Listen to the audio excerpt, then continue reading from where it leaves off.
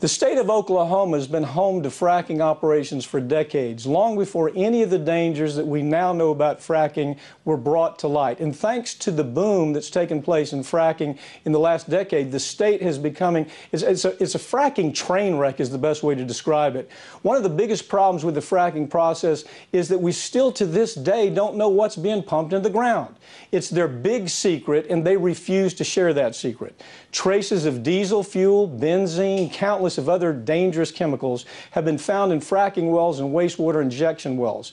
They're components that have been known to set tap water on fire in people's homes. That's how bad this stuff is. But for now, we aren't allowed to know the full list of chemicals that natural gas companies are pumping into the earth because of something called the Halliburton loophole, which allows companies to keep the list of more than 600 chemicals used in fracking wells a secret from the American public.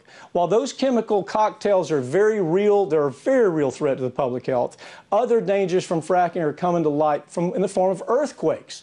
In states like Oklahoma, where fracking's been happening at a fevered pitch, they're experiencing an epidemic of earthquakes near fracking wells. The journal Science, for example, reported in July 2014 that a recent spike in seismic activity known as the Jones Swarm that occurred in Oklahoma between 2008 and 2013 was caused by increasing wastewater injection from drilling activities like fracking. When the volatile mix of chemicals and water were forcibly pushed in the earth, it created the perfect conditions for earthquakes, both large and small, to rock parts of the entire state. These wells were pumping more than 4 million gallons of wastewater back into the earth every month. But there's still a very important distinction to make. The act of fracking itself is not the cause of these earthquakes. It's the injection of the wastewater from fracking that's been linked to the earthquakes. These numbers of earthquakes didn't begin until fracking boom took place in Oklahoma. To put it into perspective, in the year 2008, right before the major fracking boom in Oklahoma, there were only 2 earthquakes recorded at a magnitude of 3.0 or greater. Last year, there were 616. The link between fracking wastewater wells and earthquakes has been established by several independent studies, but the most important study linked to what was really happening was the U.S. geological study that concluded that, yes, these injection wells are the cause of spikes and earthquakes in Oklahoma. They were clear about it. It was the cause. And the natural gas industry has been well aware of these studies for some time. In fact, they became such a problem for frackers that they actually toyed around with the idea of paying off scientists, bribing scientists, to publish studies saying that there's no link between fracking and earthquakes. As these earthquakes occur, they damage property, land, and other assets of the people who live in those areas, and those damages are now causing massive legal headaches for the industry, thank goodness.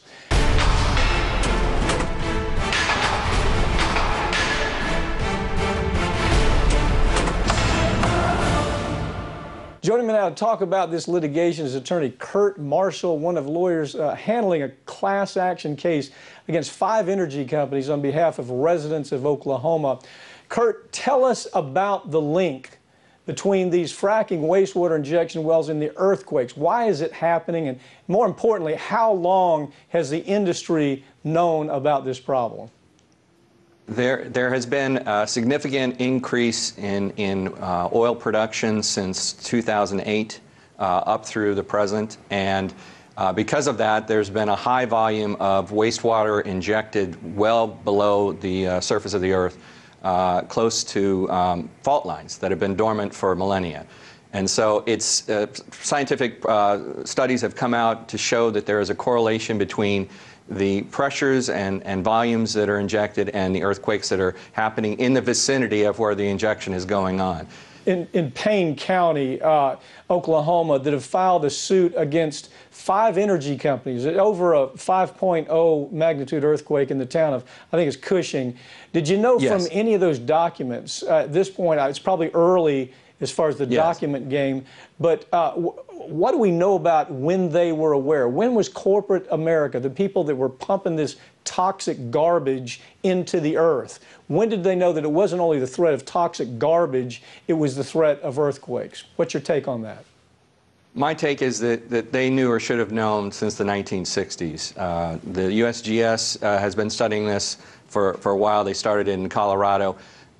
Fast forward to today, there's no governmental agency now that denies the connection between, say, the Cushing 5.0 earthquake and the injection that's going on in the vicinity of Cushing. Bear in mind also, Cushing has a significant threat because there's an crude oil tank field in that area, and they store on any given day between 45 million and 60 million barrels of crude there. And so if there's a significant quake, even higher than a 5.0, those structures are at risk.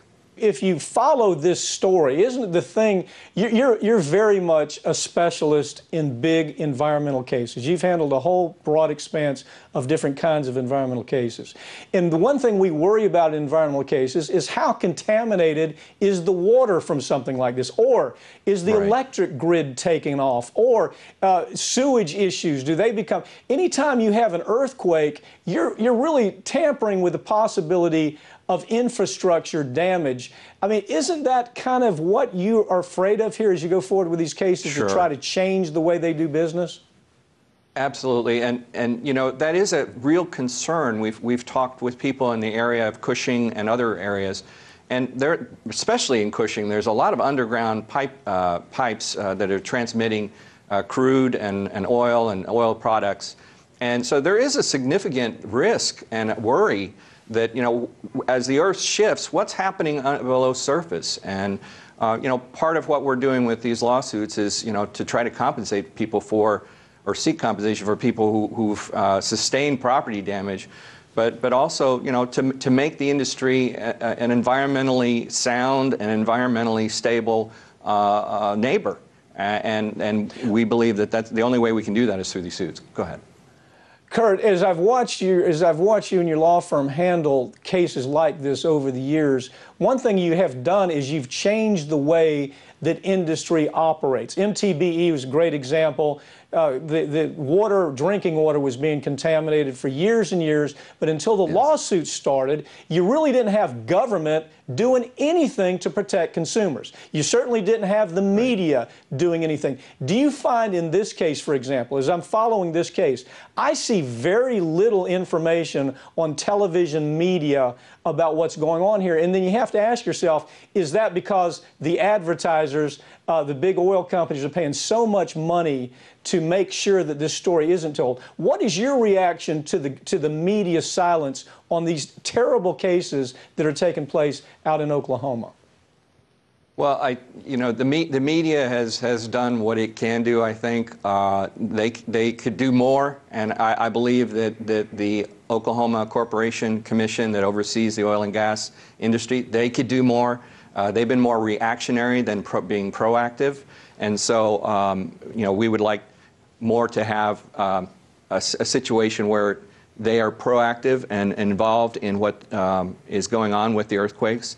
Governor Fallin was very late in coming to see the causal link between the injection and the earthquakes.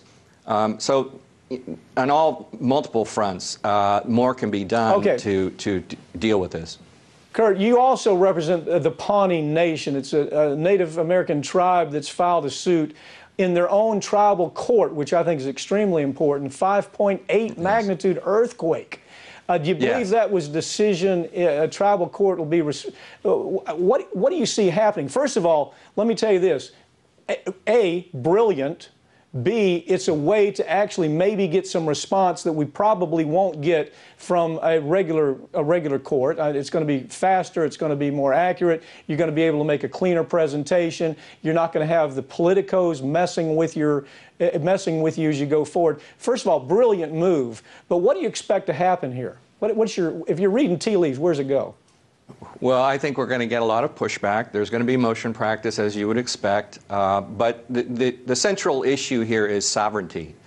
You know, the Pawnee tribe, the Pawnee Nation, is a sovereign nation, and so they can exert civil authority even over non-Indians, and they can actually execute judgments in their courts, and they can take assets and so forth. And there have been, contractual agreements where non-Indians have agreed to jurisdiction in the tribal courts as well.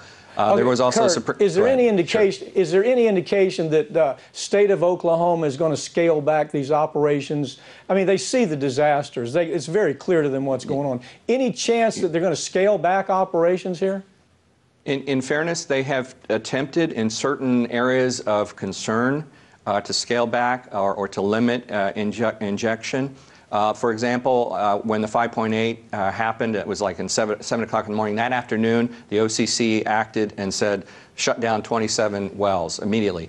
And what's interesting about that is that what you would expect, what we're told by seismologists and geophysicists, is that you would expect another 5.0 or 4.0 after a big quake like that, and that didn't happen. So it shows that there is a connection between the injection and the seismic activity. And so, yeah, I mean, the OCC has done stuff. Again, it's reactionary. It's not proactive. It's not trying to prevent further earthquakes in the future. And we think more could be done, including a monitoring center. Kurt, keep it up. There aren't enough attorneys out there paying attention to this case. I'm glad you and Perry Whites are paying attention to it, because we're going to continue seeing this is going to get worse before it gets better. Thank you for joining me. Well, thank you.